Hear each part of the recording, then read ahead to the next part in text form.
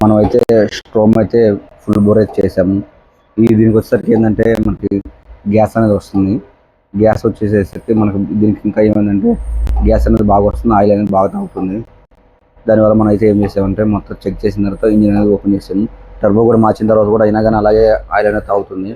మనం అయితే ఏం చేసామంటే ఇంజిన్ మొత్తం రిమూవ్ చేసేసి వెహికల్ ఇంజిన్ అయితే ఫోన్కి పంపించేసి నీట్గా అయితే వర్క్ అయితే చేయించాము. ఎక్కించిన తర్వాత బండికి అయితే ఎక్కించాము. ఎక్కించేసి ఇప్పుడు మన బండి అయితే స్టార్ట్ చేసుకోవాలి.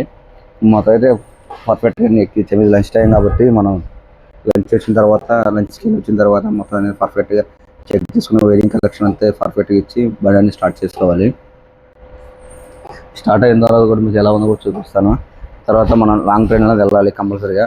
వెహికల్ అనేది కంపల్సరీగా 48 hours మరి కూలింగ్ అనేది ఆడించుకోవాలి. ఆడించుకుంటే మంచిది.